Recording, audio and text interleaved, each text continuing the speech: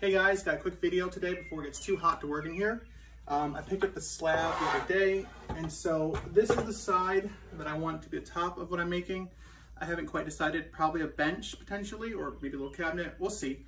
But this side right here is not 100% flat, and I want to get it close to that. So I'm going to show you with my planer and a couple simple tips to help you guys with this. Also, if anyone's interested in how the Grizzly 12-inch jointer performs, you'll see that in just a moment. When we look at this, there's a little twist. It's not bad, but there's a little twist there, and that can affect the piece. So what I want to do is get rid of that. I am going to flip it around, and then I'm going to take the Pica pencil. If you guys want to get one, I'll leave a link in the description, but super nice. You can get different lead colors, so I'm going to use black just because of the color of the wood. And I'm going to scribe or scribble across the entire surface. And this way, when it goes to the planer, I can see what's being taken off and what is not being taken off, and go accordingly. Once all this is removed, the marks, then I know that it's playing the entire surface at once and it is flat. So this isn't some kind of review on this, but just to show you guys, it's got a helical cutter head.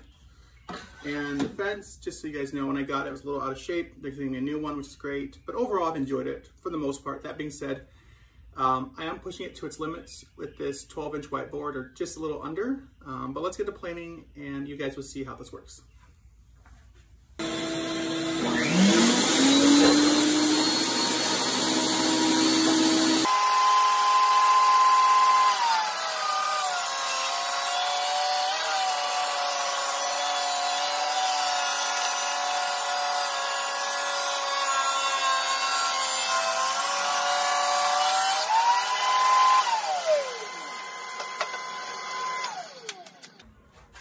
So it looks like we got all the marks out of this, which should mean in theory that this board should be totally flat. Nice smooth finish. Now I will note that for those who might be interested, this is about 43 inches overall.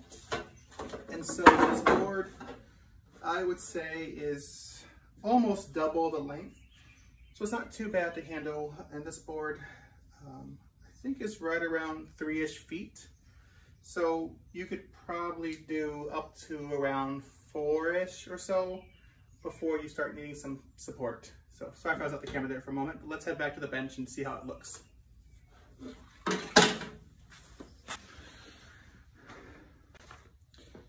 So even though I ran it through the planer, or the jointer rather, there still was a little bit of rocking in it, and it's gone now. And the reason why is I found the high spots were here and over here, so I flipped it over, ran this just a couple times on the high spots, kind of feathered it out each side. And now, as you can see, it's pretty good. Show you the back looks of it. You know, there's some small little light planer marks.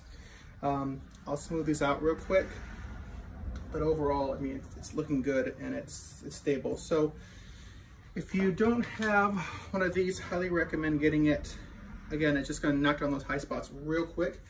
It takes a little bit of finessing, a little learning curve, but once you got it down, it's gonna save you from trying to have to wrestle it on the jointer as much. So I will give this one quick run over the jointer. Again, just nice and smooth, and then it's usable. So, like I said, I ran it through the jointer. Pretty good. It's a tiniest little wobble, but it's, I would say, within tolerance for what I'm doing. Yeah, this thing is ready to go. So I guess a couple quick takeaways is, you know, like I mentioned in the beginning, just scribble, that way you can see what's being taken off. If you have a board that's a little twist, like high and low spots, just take a hand planer, electric one or regular old-fashioned one. Knock down those high points, sand them down however you want to, and then when you go to the jointer, it's gonna be a lot easier process. So thank you so much, and I'll see you guys in the next one.